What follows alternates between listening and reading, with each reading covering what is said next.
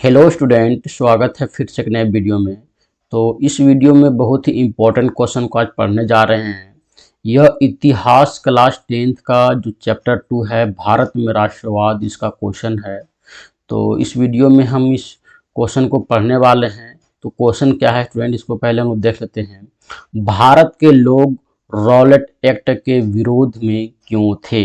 ये क्वेश्चन बहुत ही important question है और एग्जाम में भी बार बार पूछा जाता है, इसलिए इस वीडियो को पूरा आप लोग अंत तक देखिएगा, कहीं पे भी स्किप नहीं कीजिएगा।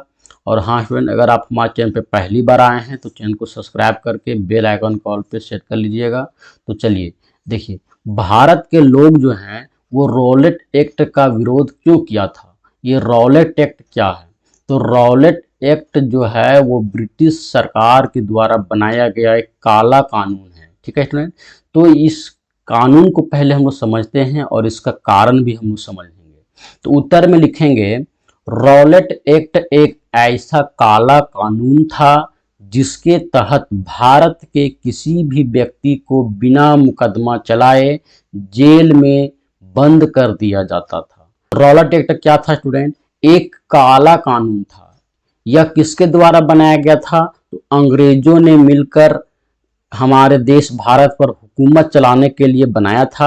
और इसमें क्या था प्रावधान कि किसी भी व्यक्ति को बिना किसी मुकदमा चलाए जेल में बंद कर दिया जाता था और किसी भी प्रकार के कानूनी कार्रवाई से दूर रखा जाता था, जैसे वकील करना, दलील करना, इन सारे कार्यों से भी दूर रखा जाता था।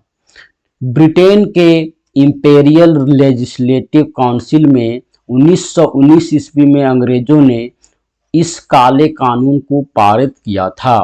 ठीक है, तो आगे हम लोग पढ़ेंगे विरोध करने के कारण। क्या कारण थे कि इसका विरोध किया गया? तो पहला पॉइंट को सबसे पहले हम समझ लेते हैं, क्या लिखा हुआ है। रॉलेट एक्ट के अनुसार ब्रिटिश सरकार, कौन स्टूडेंट? ब्रिटिश सरकार को यह अनुमति थी कि आंदोलन, राजनीतिक आंदोलन या ब्रिटिश के खिलाफ कोई भी कार्रवाई या कार्य किया जा रहा है तो उसमें दमन करने का पूर्णतया स्वतंत्र था। मतलब कि जो ब्रिटिश सरकार है वह किसी भी मामलों में भी अगर उसको लगता था कि यह राजनीतिक दल बनाने का कोशिश किया जा रहा है या हमारे खिलाफ साजिश किया जा रहा है तो उसमें ब्रिटिश सरकार दमन कर सकती थी। आगे देखिए दूसरा पॉइंट। तो दूसरा पॉइंट में क्या लिखा हुआ है, सरकार बिना मुकदमा चलाए किसी भी व्यक्ति को बंदी बना सकती थी। इस पर किसी भी दलील अपील नहीं किया जा सकता था। ये हमारा दूसरा पॉइंट हो गया। और तीसरा कारण जो था स्टूडेंट, ब्रिटिश सरकार को किसी भी व्यक्ति पर क्रांतिकारी होने का संदेह होने पर जेल में डाल दिया जाता था। सिर्फ संदेह भी हो जाता था स्टूडेंट कि अगर किसी व्यक्ति पर कि यह एक क्रांतिकारी है या यह हमारे खिलाफ साजिश रच रहा है तो उसको जेल में डाल दिया जाता था। और खास करके जो गांधी जी थे उसके खिलाफ ब्रिटिश सरकार पूर्ण रूप से था, क्योंकि ये गांधी जी जो हैं वह अहिंसक ढंग से लड़ाई लड़ते थे और उनसे जीतने का प्रयास करते थे। तो गांधी जी को दिल्ली घुसने पर भी पाबंदी लगा दिया गया था। इतना सख्त कानून था ये, इसलिए इन कारणों के वजह से इसका विरोध किया गया। और किस प्रकार से विरोध किया गया, चलिए हम लोग अगला स्लाइड में देख लेते हैं। भारत में इस कानून का विरोध इस प्रकार से किया गया। गांधी जी ने इस अन्यायपूर्ण कानून के खिलाफ अहिंसक ढंग से लड़ाई लड़ी। ये जो कानून, जो काला कानून लाया गया था, इसको अहिंसक ढंग से महात्मा गांधी ने लड़ी थी, क्योंकि महात्मा गांधी अहिंसा के पुजारी थे। दूसरा पॉइंट हमारा है कि रॉलेट एक्ट के खिलाफ विभिन्न शहरों में रैलियां एवं जुलूस का आयोजन भी किया गया। ठीक है, गांधी जी और अन्य क्रांतिकारियों के द्वारा यह फैसला लिया गया और अन्य जो शहर थे देश में, हर विभिन्न शहरों में रैलियां एवं जुलूस भी करवाई गई, आयोजन भी किया गया। उसके बाद देखिए तीसरा पॉइंट में क्या लिखा हुआ है कि 6 अप्रैल 1919 ईस्वी को हड़ताल के साथ प्रारंभ हुआ था। यह जो क्रांति जो है इसके खिलाफ ये क्या है, 6 अप्रैल 1919 को हड़ताल करने के साथ में ही चालू हुआ था।